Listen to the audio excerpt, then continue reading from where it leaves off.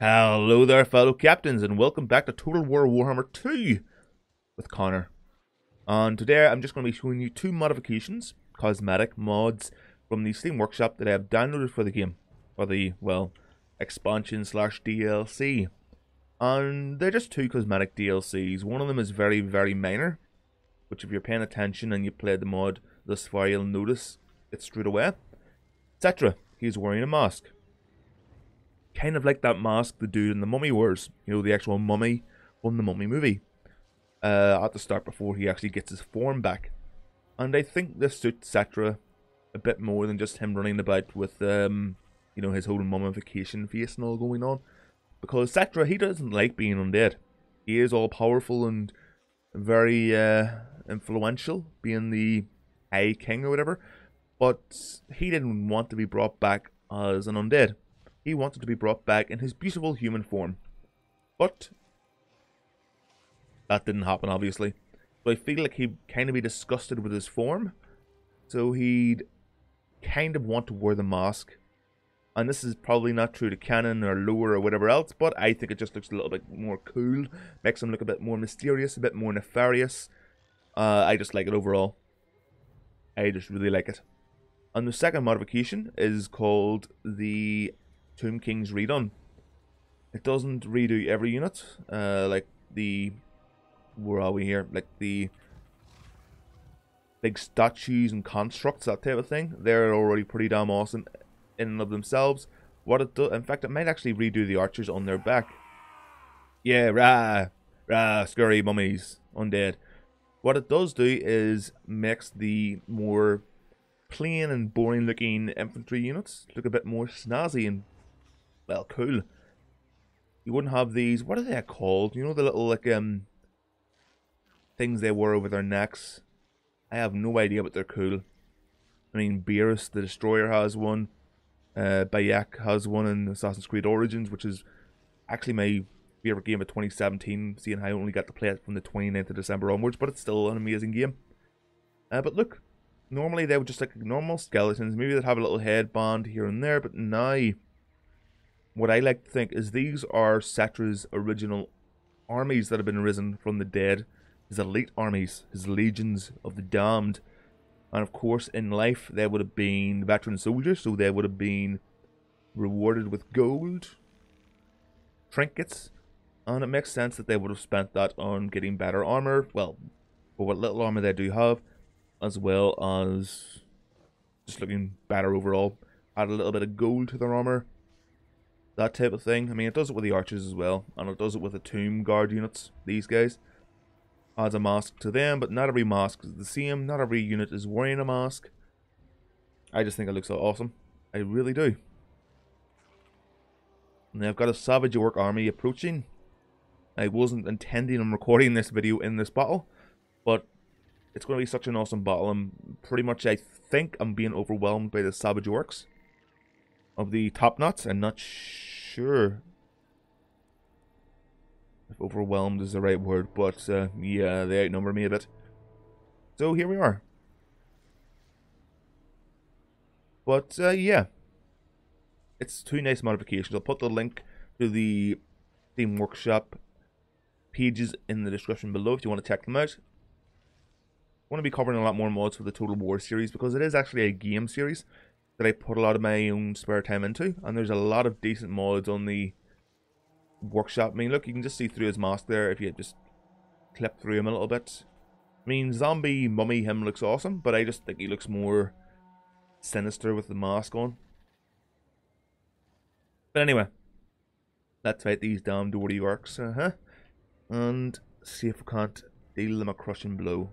And I've got Savage Orc Riders here, 4 boys, and I've got my chariots in the close quarters with them before, and it wasn't pleasant experience, so I'm gonna run and run and run until I can't run anymore. I want to see if I can actually get through this gap in their formation. Well, formation. The orcs don't really plan on making any sort of formation, they just kind of group up and shout "Wah!" and head in the general direction of something and they can smash. I'm going to get my Cambrian War Sphinx into melee with them as well. I've also got a necrotact here. I'm going to get my tomb guards with halberds over there. Engage their melee troops. Okay, this is getting a little bit tight actually. One thing I do like with one of the modifications I have, I can't remember the name of it actually. If I remember to, I'll put a link of that in the description also. But it makes the formations more realistic. Like the spacing between them, they're all closer. More realistic spacing. The charges are more realistic, where they actually do knock troops back and create a big gap in the enemy line. A big incision in the ranks of the enemy, or whoever they're fighting. Oh shit, I forgot about my chariots. Oh shit, Satra's been engaged by the Orc War Boss. What's his name? Sneak Armbreaker. Of course it is. Of course it is. And they're going to flank my archers. Great. I hit the boar boys.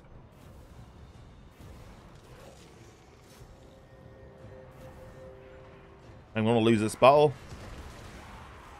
I didn't take any spearmen with me. The past few battles I've fought against the Savage Orcs, it's mainly been melee. And my spearmen have been smashed. I mean, the skeleton spearmen or warriors aren't that good at all. I mean, they're shit. Instead of getting 120 per unit, they get 160. Kind of like a group of Gretchen or even goblins in this case.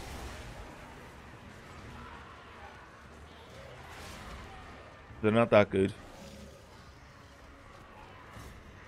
War Sphinx should be able to hold out. Hold on, I got a couple of guys in the rear here. Get stuck in, lads. My archers are being engaged. Pull my archers back if I can.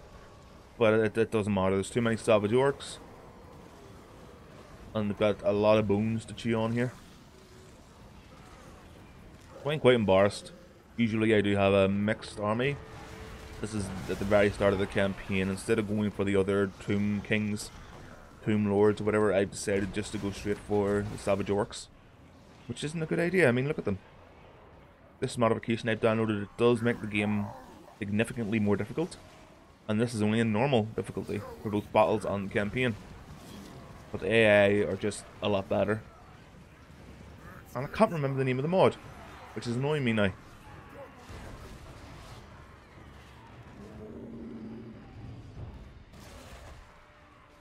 Hold on. Satra's already gone. Satra's gone. That warboss smashed Satra. So much for that mask, making him a little bit more badass. But I've got the Shubti. And they're badass in and of themselves. A favourite unit in Total War Warhammer. So far. Not my favourite faction. My favourite faction is still the Lizard Men. But they're definitely my favourite unit. Cosmetically and aesthetically. Yeah, I think I've lost this, so just going to end it here, guys. Thought I'd make a quick video covering the two mods, because honestly they're better than I thought they were going to be. The mask one, it's a simple enough change, but the Tomb Lords redone. There's a few of those mods around the workshop. Lizard Men redone, Skaven redone, and they're pretty damn good. Makes everything look a little bit better. In fact, a lot better in my opinion. But there we are. Close to fate. Close to fate. My arse. They smashed me. I'll see you next time, guys. Enjoy whatever it is you're playing, whether it be in this Total War universe or any other. I'll see you next time. Bye-bye. Good day, loyal citizens of the Empire. Today, the Emperor has employed a system that will allow you to support the latest Imperial endeavors. Click the link below to support a safer and brighter future for every citizen of the Empire.